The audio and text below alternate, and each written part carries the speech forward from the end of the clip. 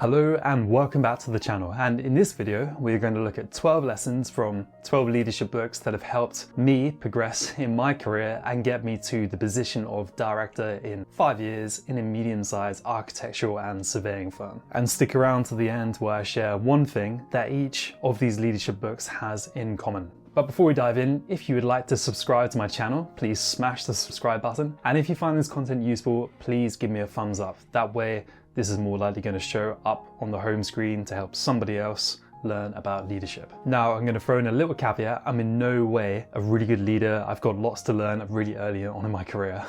So anyway, with that out of the way, let's dive in. So first on my list is The Ascent of Everest by John Hunt. Now, for those of you who do not know, John Hunt was the leader of the 1953 Everest expedition, and they were also the first team to reach the summit of the mountain, which is 29,000 and something feet. It's the world's tallest. So yeah, this book is pretty sick, but it's not your typical modern leadership theory book, but it bestows so many really good quality leadership lessons, so it should definitely be on your list to read. So I'm going to give you two examples from this book that have been helpful for me. Firstly, originally in the 1953 expedition, it was actually meant to be led by Eric Shipton. However, long story short, after two unsuccessful attempts, the Royal Geographical Society replaced him with John Hunt. Now, the Everest team were not overly happy about the replacement because they already knew Eric Shipton and they liked him. They generally thought he was the man for the job. And actually, some of the climbers even resigned. Now, this left John Hunt with a rather fragmented and incomplete team. So he had to get them back together and he had to sort of like win them over. But in 1952, 1953, the team were all over the place. They're in the Alps and the Wales and the Lake Districts. So he ended up taking buses and trains like all over the place to England and Wales and Europe just to meet up with them. And when he finally did, he didn't talk about himself or the long journey he had taken. He focused completely on the other individual.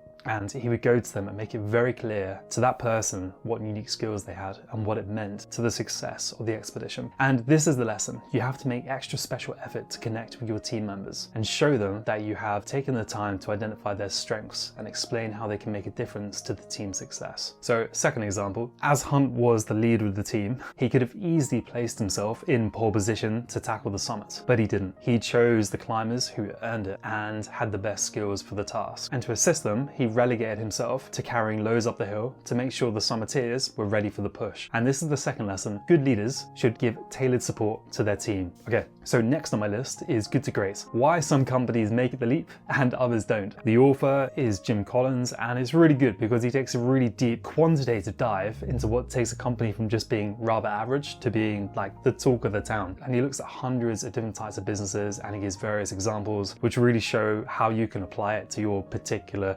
business or personal life or whatever. One of the leadership lessons that I really like is that the book talks about the idea of having the right people on the bus. In other words, the success of a company is directly tied to the people who work there, and it's not solely to do with the leader. And actually, a great leader knows that they can't do it all alone and they need a team of talented and dedicated individuals. And this is really crucial to achieving greatness. And I think this is really critical because so many leaders talk about nurturing and raising a team, but to some extent, this can only go so far. Like if you have somebody who isn't punctual and never puts in 100% of effort, you're always kind of going to be stuck in neutral with that person. So step one and lesson from this book is to take a good look at your team and make sure you've got the right people on board. Sometimes great leaders have to make tough decisions. So next on my list is the 7 Habits of Highly Effective People by Stephen Covey, which is generally like a bit of a self-help book that outlines a set of habits that help individuals become more productive and successful in both their personal and productive lives. And the habits he talks about is really cool. It's based on principles of like fairness and integrity, honesty, human dignity, with the aim to sort of create a proactive approach to life where individuals can take a responsibility for their choices and their actions. It's pretty sick actually, and it's definitely made me question how I approach various things in my life, certainly how I interact with other people. So in this book, Stephen Covey introduces the concept of the emotional bank account, which is basically like a measure of trust and goodwill in relationships. Think about it this way. Every interaction you have with someone else can be thought of a deposit or a withdrawal from the emotional bank account. For instance, you can put into it by having a nice gesture, a selfless act, or some sort of service to another, and you can take away from it through negative interactions, criticisms, or broken promises. So why is it important to keep your emotional bank account in the green? Well, I suppose to some extent it's kind of obvious, but when it's in the positive, relationships are more strong, they're more open, and the whole team can be more productive. When it's in the negative, relationships arguably become more strained, people become guarded and generally feel quite unfulfilled. So in terms of leadership, the way I see it is if you are a manager or director or anyone trying to lead a team of people, you do need to keep in check with your emotional bank account, and this can make a significant difference to how your team perform. If you're constantly in the negative balance with the people on your team, they're never ever going to give 110% because they just don't like you. Okay, next on the list is Leaders Eat Last, and this little gem is actually written by Simon Sinek, who's a bit of an OG in leadership, multiple author of best-selling books on the subject, and you've probably seen him all over YouTube, like in every video. So what I really like about this book is it examines leadership from like a bit of an evolutionary / biological perspective. For example, it suggests that through evolution, we have developed this desire to feel safe. And this is because during the time of our ancestors, like hundreds of thousands of years ago, we would have constantly been on the alert for crazy animals, diseases, and various other nasties that were generally out to get us all the time. While at the same time, we'd have to look for food and shelter, create new tools.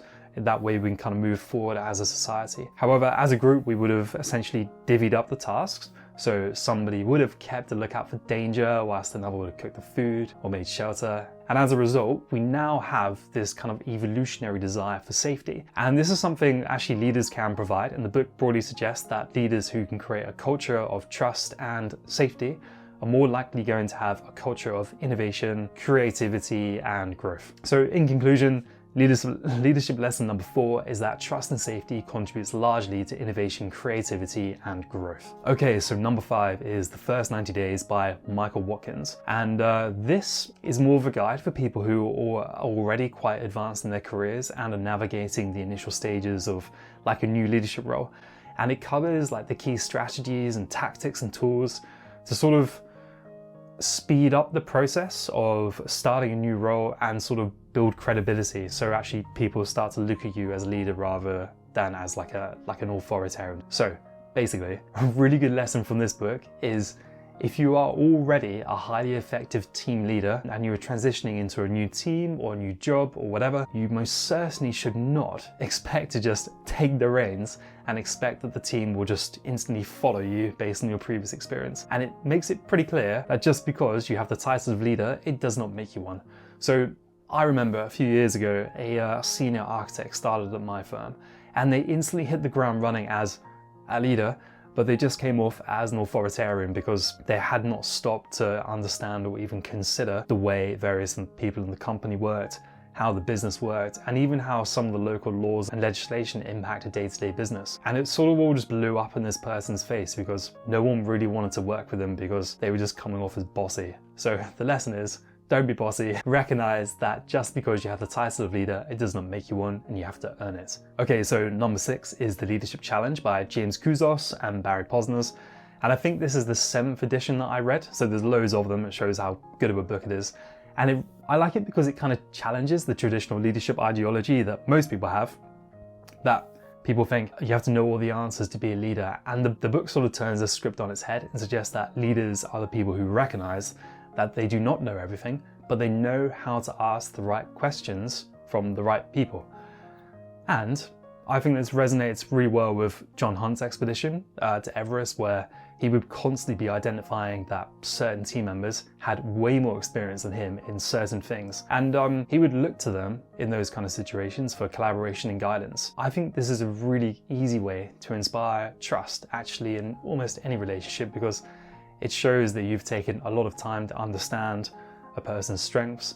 And if you think about it, if a CEO comes to a junior person and says, I need your help with XYZ, can you give me some advice on this? It's a really great feeling. Like, I think it would leave any junior person, inspired to, do some better work, and, it's awesome. Anyway, bit of a ramble there. Okay, so number 7 is Leadership 101, written by John Maxwell, who is a bit of an OG when it comes to leadership. It's got some pretty cool stuff in it and covers like a load of topics, like traits and skills that make a great leader. It talks a lot about how you communicate a motivated team, how to handle conflict challenges from like a leadership perspective. But my takeaway from it is that leadership is a lifelong process.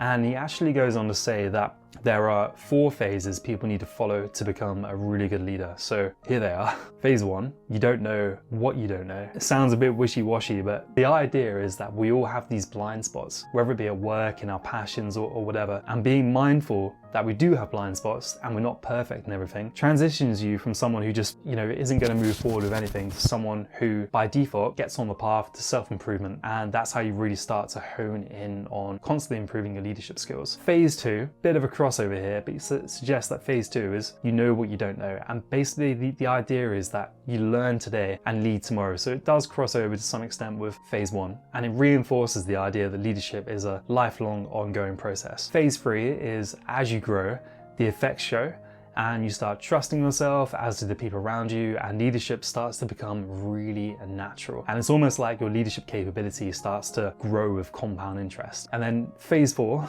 is like everything combines together and leadership just becomes supernatural. I do think a lot of this crosses over, but you can sort of see where I'm coming from. So what I think is really cool about this is it busts down the idea that you have to be a born leader to be a leader. And it shows that actually anybody can be a leader. You just got to learn how to do it, and you got to practice it, and you got to keep going back and reflecting and improving. And then as you do, the better you become at it, the more it compounds, and it becomes like a natural thing. Okay, so Start With Why is another Simon Sinek book, and the theory suggests that successful leaders and organizations start by defining their purpose, or their why they do what they do, before they focus on what they do and how they do it. So the theory basically says that if you can communicate your why, it's much easier to create a stronger following than promoting your how or what. Common criticism for this theory I see is that people look at products for what they do rather than the company value and vision, but actually the value and vision has almost acted like a roadmap to create a solid product. For example, Apple products. I freaking love the MacBook. I love the iPhone. It's all so easy to use and reliable. And one of the reasons why might be because one of Apple's core philosophies was to focus on the user experience. Okay, so number 10 is the 5 levels of leadership, which is another John Maxwell. And this has the idea that good leaders have to progress through 5 stages to get to like the guru ultimate level of leadership. And I think this is pretty cool because it expands a little on what I've talked about before, in that just because you have the title of leadership, it does not make you one. And the book sort of says that when you become a manager or something like that, you pretty much have 0 positive effect on a team. And in that first stage, you really have to build trust and rapport from those around you. So let's go through the 5 stages. I'm sort of reiterating what I've done before, but I think it's pretty cool. So first stage is position, and this is where your leadership is there by default. You haven't really earned it. And at this level, individuals lead you because they sort of have to, not because they really want to. Okay, so stage 2 is permission, and this is when you've actually built trust and respect from your followers or your colleagues. And this is when they start to follow you with very little effort and because they really want to. So moving on to the next one, which is production. This is the 3rd level, and this is where individuals lead by achieving results and meeting goals. They have like a proven track record of success and are known for delivering results. So this level also represents credibility, I think, because you kind of got like things to live up to and people know it. And the next one is people development, which is the 4th level. And this is where individuals lead by developing and empowering others. They focus on growing their followers and helping them reach their full potential. And then we move on to number 5, pinnacle. And this is where individuals lead by having a positive impact on the world. They're like visionary leaders who inspire and influence others to make a difference. Probably most suited for like the career realm, but check it out either way. Okay, number 10, I think this is number 10, is True North by Bill George. And this book is pretty interesting because it talks about how to look at your unique life experience to form your unique leadership style and values. And I think this is cool because, as I said before, so many people think you have to be a born leader, but actually you kind of become a leader through your own experiences and you can learn it sort of as you go. So I'm probably going to do a really bad job of explaining it, but I'm going to try. So Bill gives this example of someone called Howard Schwartz, who is actually the founder of Starbucks. And in this example, he says that when Howard was a child, his father lost his job, and subsequently it meant that the whole family lost their health insurance. And to pay it, they ended up having to borrow huge amounts of money, and obviously it put loads of pressure on the family. I think at one point they even had to hide from like debt collectors and stuff. So when Howard was creating Starbucks, he decided that his company needed to have as much health coverage as possible. And he even went as far to provide health insurance for the people who were part-time workers. And I think if I remember correctly, this is actually the first company in the US to do so. so. So as you can see, unique experience put Howard on the path to want to give his employees as much health coverage as possible because he knew how much hardship it was for a family to afford if they didn't have enough money coming into the household. So the lesson from this is to look at the things that really frustrated or upset you, or things that created an opportunity, and see if there's any of those lessons that you can apply to your own business. Okay, so number 11 is Dare to Lead by Brené Brown, and this book looks at leadership from more of an emotional intelligence perspective, and it highlights the importance of being vulnerable. So basically, being vulnerable is not about like showing your soft side, or it's more about being able to admit when you don't know something and just being totally comfortable about seeking help from your team. And the idea is that this actually helps create a culture of trust and collaboration as the team feels more valued and obviously more heard. And I think this is a really good lesson, because if you were a manager who was making all the wrong decisions due to a lack of information or expertise, then you're going to lose your team's trust almost overnight, and you'll quickly become the wrong person on the bus. So the lesson is, don't be afraid to talk to your team. Okay, so next is the 21 Irrefutable Laws of Leadership. Yeah, so this is another by John Maxwell. And actually this book provides a really comprehensive overview of principles and practice of effective leadership, outlining 21 laws, if you haven't guessed already, that are fundamental to the success of a leader. And the laws cover like topics such as character and attitude, communication and relationships, all that kind of stuff. It's pretty sick. And what I really like about this one is that there are lessons taken from history by people like Martin Luther King and Abraham Lincoln. If you're going to pick any of these books, I would say actually pick this one, because it's just got real life examples for our history from some of our great leaders. Okay, so lesson from this book is that a leader's ability to influence others is directly proportional to their ability to lead themselves. I know, a bit of a wishy-washy one, but I'll try and explain. So the example given to this is that Abraham Lincoln would praise his cabinet members for when things went right, but when things went wrong, he would be empathetic and he would actually publicly take the blame if necessary, leading himself. And I think this is a really good lesson, because in the modern world, we see so many of our leaders trying to pass the buck, even if they are in charge of, I don't know, a massive company or even a country. And the way I see it is that most of the population are empathetic to those who take the blame and own up to something. That was 12. So what do all these books have in common? Well, they all say that to be a good leader, you have to create a culture of safety. Why? Well, because safety creates a foundation of trust, which is necessary for productive and positive relationships. When people feel secure, they are more likely going to open up, share their thoughts, and work together towards a common goal. Okay, so that's about it. I hope you found this video useful, and if you'd like to give me a like or subscribe, that'd be fantastic, and I'll see you in the next one.